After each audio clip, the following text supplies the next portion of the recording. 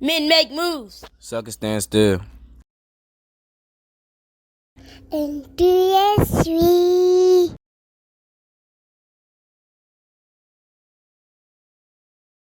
Hold on. So you did 2 years in college at Elizabeth City. Right. You transferred, Right.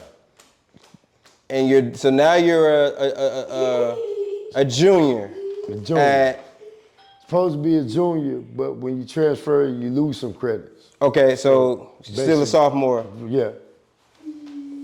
And so how did you end up? You said you went to the military from there. Yeah. So right. you didn't finish college. In between transferring, like I said, in Elizabeth City, I didn't go back. In my sophomore year, I didn't go back spring semester. Right. So in taking that semester off, I figured the reserves was something to do, because I'd be walking on and I wouldn't have a scholarship. So I went to basic training that spring semester, and I was going to A&T. The transfer was set for that fall of 2002. Would have been my third year. That's real confusing. Right. So from there is when your military journey started? Right. So football in college was done right there? No. You went to the military? I just did basic training. And I was only in the reserves at that time. Oh, it was the reserves. Got it. And because, like I said, I was giving up my scholarship when I left Elizabeth City to go to A&T as a walk-on. I figured being in the reserves, that can help me pay for school. Because it was all on my dime now. How do you feel about? Do you feel like that was the best move now? Oh, yeah. Or you don't regret that at all? Never. You gave up your scholarship. Yes. But certainly. How did your parents feel about that? Well, my mother was always supportive of it because she really, and when she would go to games in Elizabeth City, she didn't really like the environment either. So. Okay. All right. So you finished? Did you end up finishing college? Oh yes. You played football for the rest of college? Yes. Got that scholarship back quick too. Got it back. Okay. So then, how did you go from a football star to what happened? Going into my last year, it was I had a knee surgery, which 2004 was supposed to be my last year. Okay. And then getting that knee surgery, it was my second one. I said, if I don't have any years of eligibility left, I'm gonna play on it. I'm gonna go out on my shield.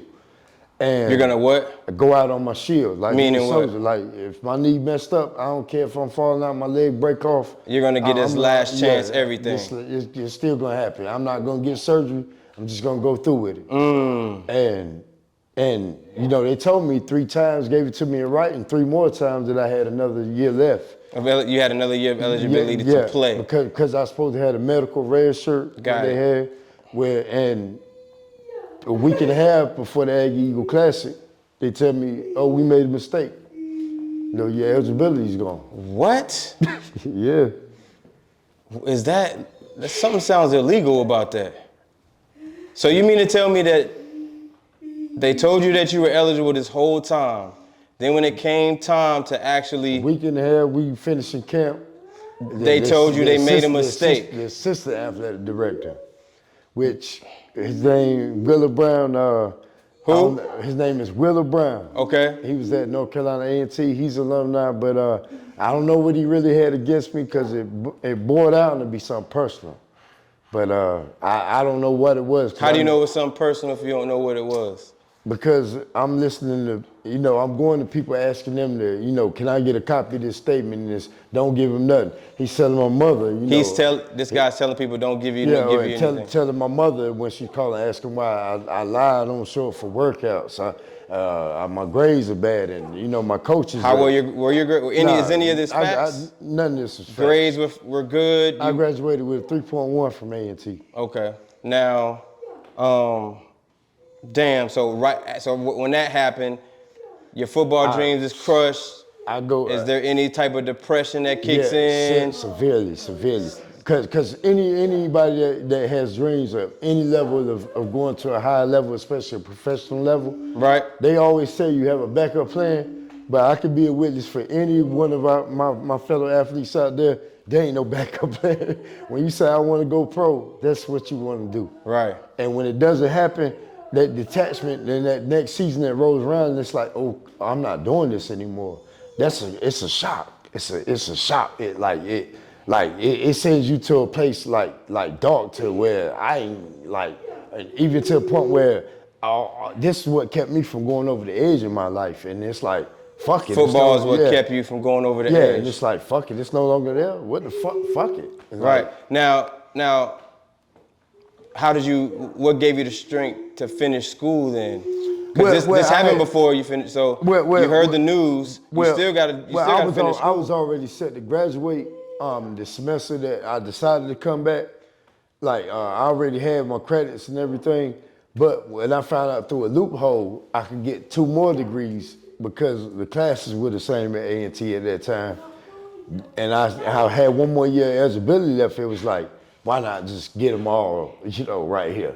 So I still graduated and had those, still got my degrees. I didn't want to walk, like you say. I was in a deep depression, but okay. But I still did it, and my mother encouraged me to do that. Not only just for me, it was about a family thing, a sense of pride. With this depression, I mean, did people handle depression differently? Was it drugs? Was it violence? What was it for you? Or was it just going away, being in the shadows, not talking? What was it? It was more of definitely kind of playing the background and kind of spiraling out of control. Like, explain that. Like almost how you would see like a rock star. It was drugs, selling drugs, crime, really crime. Crime. Yeah. Okay, so you handle your depression with crime. Yeah. You ain't doing it now, so. No. So like you mean like selling dope or breaking and entering, robbing? I was doing these things before. Like really everything I did was really drug related. Okay. But everything I was doing before, but I never did it with the intention was this something permanent. That it was something that I could bank on and that was gonna last. It was just to get me by to get through this season. Right. But what's that you can't tell my coaches and it's gone. It's okay. Fuck it. Like let me go hit a lick. And you find yourself doing things, even in desperate situations, and when you turn it over life, and there's nothing to hold you back. You find yourself doing things that you want to be proud of when you look at yourself, and you just hope it doesn't return to your children or anybody. You're talking about karma. Yeah, karma. Okay. Definitely karma. Okay. Did you screw over anybody during this stage, or did you do anybody dirty that you regret now during that stage? I could say definitely in around Greensboro, I had a partner, and the thing about robbing drug dealers or hitting a lick, as we would say, is they can't call the police. But then you took it from doing it from. But they're not supposed to. Yeah. Right.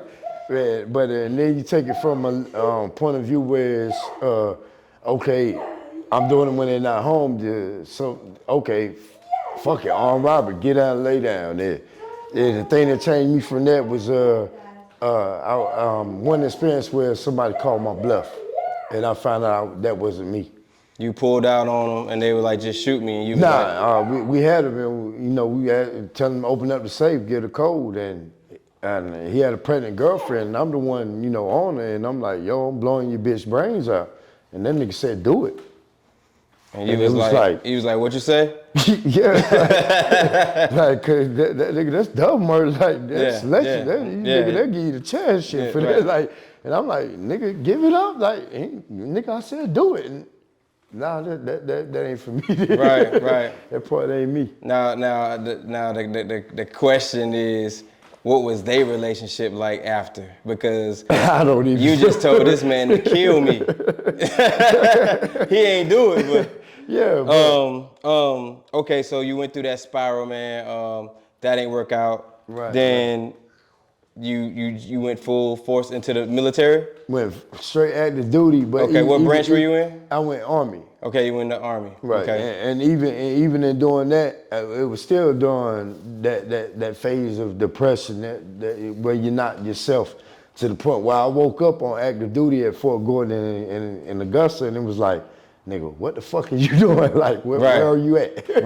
Right. You didn't try to pursue football in the military? You know, they tell you that, but there's no really leagues like with There are parents. leagues though.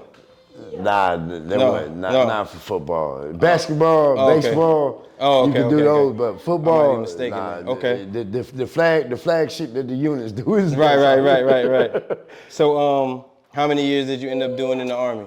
I did 3 years active, 3 years active. Okay. and I had re-enlisted, and I was gonna make it a career, you know, because I had my degree, I had my recommendations, I was set to go to officer candidate school. Nice. And, you know, God had other plans on that situation. So, you had a accident in the military that led you to being kind of tore. So can you explain what happened with that? Like it was, you survive so many things over there, and we're down there checking on somebody else who survived. You know, You down? So at be clear. combat Where are you hospital at? You're down. Bagram, Afghanistan. You're in Afghanistan. Right. Okay. And you're checking on somebody else that's having some. They're just with the situation we survived, it's like, you're checking on them, and your sergeant's saying you don't look right. Is it now? If it's not possible, it's okay. But let me know if this is something that you really can't. Is it something you can't be detailed about because of that? I understand that. If it is, let me know because I won't go too deep. I can't go too deep into detail. Okay, got it. So but basically it involved mortars, RBGs. Got it. Okay.